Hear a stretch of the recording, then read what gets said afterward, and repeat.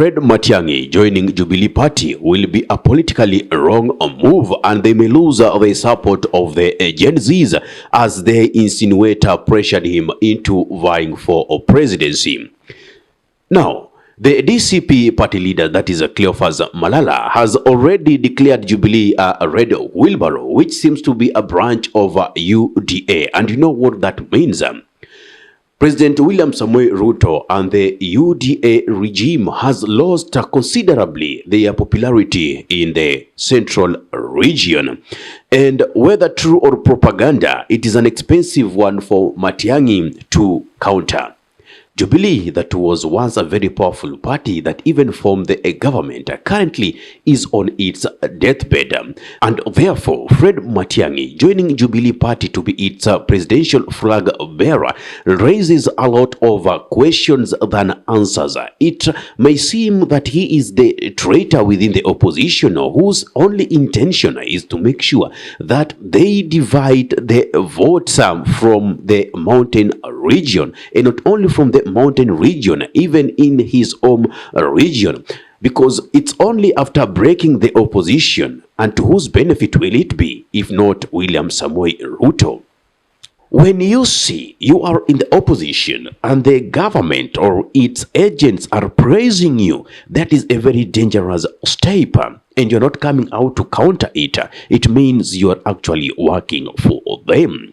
In this case, what am I referring to? Oscar Sudi and Kimani Ichung'wah once were heard saying that in the opposition front, the only politicians they respect is Fred Matiang, who is actually debating his politics over issues other than others like Rigathi, Gachagua, who are actually insulting the presidency and the government of the day.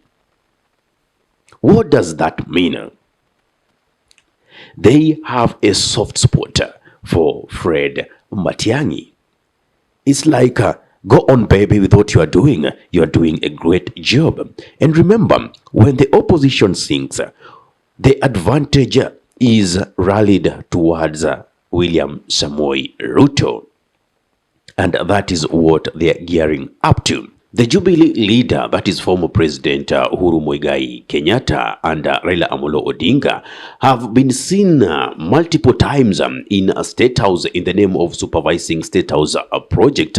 Now, in politics, like I always say, nothing happens by default. Everything is by design, and this is one of them. It means Uhuru Muigai Kenyatta and William Samoei Ruto are still working in harmony, and they are planning their politics together. It means if William Samoei Ruto is not re-elected, there are certain things that Uhuru Muigai Kenyatta is going to lose, and therefore they will do what it takes, including disrupting the opposition. Fast forwarding to Kalonzo Musyoka, he got straight by saying he cannot work with William Samoei Ruto, but he has a soft spot for Raila Amolo Odinga. He said Raila Amolo Odinga is still a part of them. That is a very dangerous statement.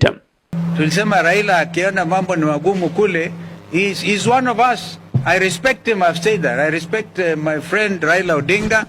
I've spent a sizable chunk of my own life supporting him and standing with him. I repeat, I've spent a sizable chunk of my own life on earth supporting Raila Odinga. So, Mimi, I don't want to say anything more than that. We have nothing on the table. And automatically, you can see that that will bar him from being even elected as the flag bearer for the United Opposition Front, because if there is nothing Gachagua wants is anybody who will get into power, then broker a deal with Raila Amolo Odinga, as it has been the norm. And that is also what Fred Matiang might do. If Fred Matiang is also elected as a president, it is so obvious that they will get into negotiation with Raila Amolo Odinga. The only standing candidate who cannot tolerate Raila Amolo Odinga is Rigathi Gachagua. We like it or not, that is the truth. But Bearing in mind whatever we've already discussed, do we see the opposition still holding together? Because as a matter of fact, Rigathi Gachagua is still controlling the huge chunk of central region, and the grounds have become so porous and slippery for the government. That is why they are doing what they can to make sure that they disrupt the proceedings of the opposition. The only option that is remaining with the opposition is picking that ideal candidate who may and cannot be compromised. That is the only way they can stand tall. But already, if you see that Cleophas Malala is complaining, if you see Ndigwa Njiru of Wiper, the advocate, is complaining, it means Fred Matiang has already been thrown under the bus. And the considerable support that he might be receiving from the Gen Zs will go. I've seen leaders like George Natembeya also pressuring Rigathi Gachagua not to vie for a presidency, as that will only tarnish their bid. But no, currently as we speak, who holds that national outfitter that when he roars in the opposition, the ground listens? Pick Natembeya, pick Rigathi Gachagua, pick Kalonzo Musyoka, pick Fredo Kingo Matiang, David Moraga, Martha Karua. I mean, don't you see who is vocal? And I said this, we have popular and, ideal candidate. He might not be your ideal candidate, but the popularity that he drives might give him an overriding advantage over the other principles in opposition. But in my case, already Kalonzo can easily compromise for Raila Amolo Odinga. Fred Matiang can easily compromise for Raila Amolo Odinga. The only person whom I'm sure with cannot go for this is Rigathi Gachagua. I don't know what's your take on this. Kindly give me your take in the comment section below.